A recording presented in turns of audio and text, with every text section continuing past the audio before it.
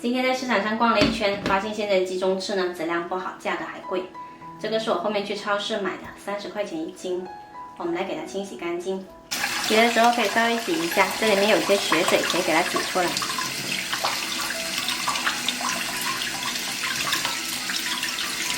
然后在上面给它接个花刀，再来腌制一下，加入姜片、1块南乳、2勺南乳汁、1勺生抽、2勺黄酒或者是料酒，再来一点点蜂蜜，然后给它抓均匀，腌制30分钟。腌制过的鸡中翅呢，用厨房纸巾擦干表面的水分，这样煎的时候才不会溅油。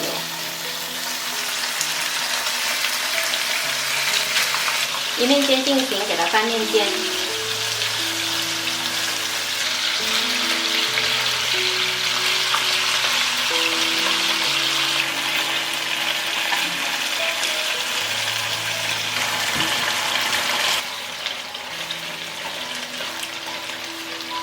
两面煎到金黄，加入1小碗开水，盖上盖子，焖到汤汁收干。好啦，我们的汁焖的差不多啦，翻动一下就可以出锅啦。好啦，可以出锅。